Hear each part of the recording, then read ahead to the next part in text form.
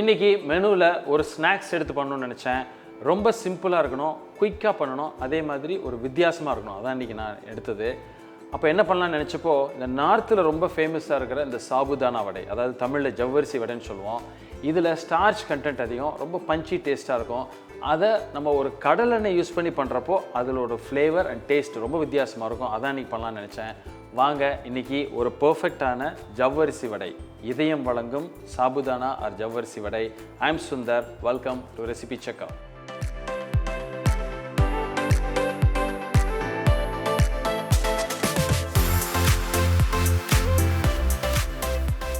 இன்றைக்கி நான் இந்த மந்த்ரா கடலெண்ணெய் வச்சு தான் இன்றைக்கி நம்ம இந்த சாபுதானா வடை பண்ண போகிறோம். அதுக்கு தேவையான பொருட்கள் என்னென்னு ஃபஸ்ட்டு பார்த்துருவோம். வாங்க பார்த்துட்டு இம்மீடியட்டாக நம்ம குக்கிங்குள்ளே போயிடலாம்.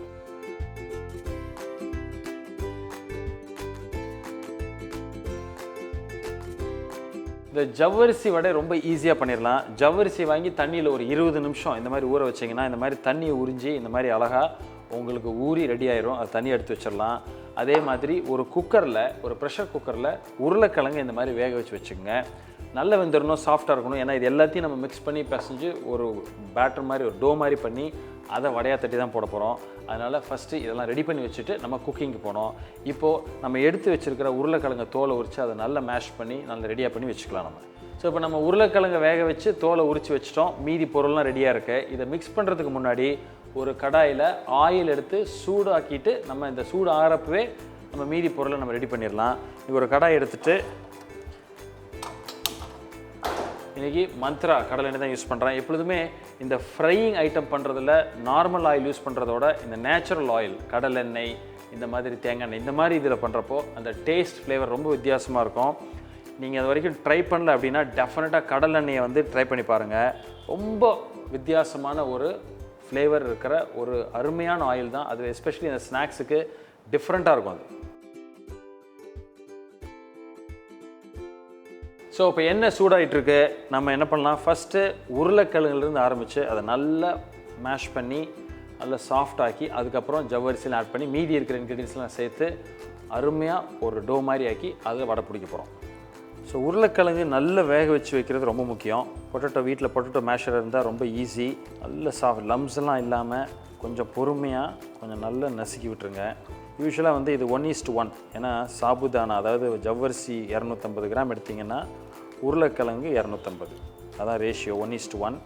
எதனால் இது நல்லா மேஷ் பண்ணோம் அப்படின்னா இந்த ஜவ்வரிசி வந்து ரொம்ப சாஃப்ட் டெக்ஸ்சரில் இருக்கும். இந்த உருளைக்கிழங்கு 1-2 லம்ஸ் இருந்ததுன்னா அது வந்து நம்ம சாப்பிட்றப்போ ஒரு மாதிரி நெருடலாக இருக்கும். அதனால தான் நல்லா பிசைஞ்சிருங்க. இப்போ நல்ல உருளைக்கிழங்கு நல்லா மேஷ் ஆயிடுச்சு. ஸோ இப்போது நம்ம ஊற வச்சு ரெடி பண்ணி வச்சுருக்கிற ஜவ்வரிசி அதை ஆட் பண்ணிக்கலாம்.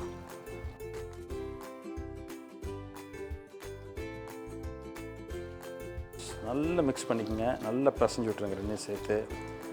இந்த ஜவ்வரிசிக்கு வந்து பைண்டிங் ஏஜென்ட்டு இந்த உருளைக்கிழங்கு தான். இது நல்லா ஃபுல்லாக மிக்ஸ் ஆகிறதுக்கு முன்னாடி மீதி இருக்கிற இன்க்ரீடியன்ஸ்லாம் நம்ம சேர்த்துடலாம். ஸோ இப்போ இதில் வந்து ஒரு க்ரன்ச்சி ஃபீலுக்காக வந்து வறுத்த நிலக்கடலை, வேர்க்கடலை பொடி பண்ணி வச்சுருக்கோம். அது வந்து ஒரு 3 ஃபுல் ஸ்பூன் போட்டுக்கலாம் இந்த குவான்டிட்டிக்கு.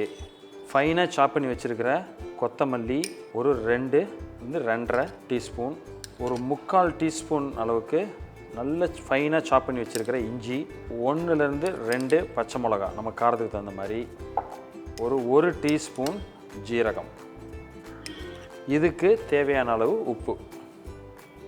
இப்போ எல்லாத்தையும் நல்லா மிக்ஸ் பண்ணி ஒரு நல்ல ஒரு பேட்டர் கன்சிஸ்டன்சி வர அளவுக்கு மிக்ஸ் பண்ணிக்கோங்க. ஸோ இப்போ இந்த வடை மாவு மாதிரி கிட்டத்தட்ட ரெடி ஆயிடுச்சு. நல்லா கையில் ஒட்டும். தண்ணி வச்சுக்கோங்க. தண்ணியில் நல்லா கையை நனைச்சிட்டு அழகாக, ரொம்ப ஈஸி இது. ஜஸ்ட் இந்த அளவு ஒரு உருண்டை எடுத்து உருட்டி இந்த மாதிரி மசால் வடை மாதிரி அழகாக, இது அழகாக நமக்கு போட்டிருக்கிற பீனட்ஸ் அதெல்லாம் நல்ல ஒரு பைண்டிங் ஏஜென்ட். ஸோ இப்போ இது மாதிரி பியூட்டிஃபுல்லாக ஒரு வடை மாதிரி ஆயிடுச்சு. இதை அழகாக பிளேட்டில் வச்சுட்டு எண்ணெய் சூடானோன்னே நம்ம போட்டு ஃப்ரை பண்ணி எடுத்துடலாம். இப்போ இந்த மாதிரி அழகாக நம்ம அந்த வடையை அழகாக பிடிச்சி இந்த மாதிரி அடிக்கிட்டோம். இப்போது ஆயில் வந்து நல்ல ஒரு மீடியம் ஹீட் இதில் இருக்குது. ஸோ இப்போது நம்ம ஒவ்வொன்றா ரொம்ப கேர்ஃபுல்லாக உள்ளே இறக்கி இதை அழகாக பொரிச்சு எடுத்துடலாம்.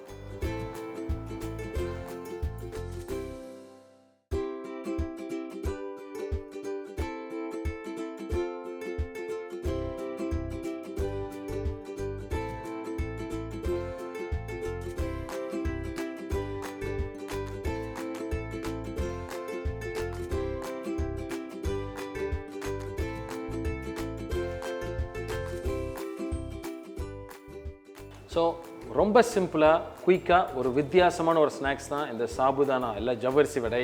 ரொம்ப ஈஸி ப்ராசஸ் பார்த்துருப்பீங்க. டெஃபினட்டாக இதை ட்ரை பண்ணிவிட்டு உங்களுக்கு எப்படி வந்திருக்குன்னு கமெண்ட் பண்ணுங்கள். ஏன்னா இதில் இந்த பைண்டிங் ஏஜென்ட் தான் ரொம்ப முக்கியம். அதே மாதிரி அந்த நிலக்கடலையே பொடி பண்ணி போட்டுருங்க. அது ஒரு நல்ல ஒரு கிறிஸ்பியாக மொறுமொறுப்பு கொடுக்கும். ஸோ இதை செஞ்சு பார்த்துட்டு பிடிச்சிருந்தா எங்களுக்கு ஒரு லைக் கொடுங்க, ஒரு தம்ஸ் அப் கொடுங்க, உங்கள் ஃப்ரெண்ட்ஸோட ஷேர் பண்ணுங்கள். இதே மாதிரி இன்னொரு நாள் ஒரு சிம்பிள் ரெசிபியாக இருந்தால் கூட அதில் இருக்கிற டிப்ஸ் அண்ட் டெக்னிக்ஸ், அதில் ஏன் என்ன பண்ணுறோம், எதுக்காக பண்ணுறோம், இந்த மாதிரி இன்ஃபர்மேஷனோட வந்து மீட் பண்ணுறேன். அது வரைக்கும் ஹாப்பி குக்கிங்.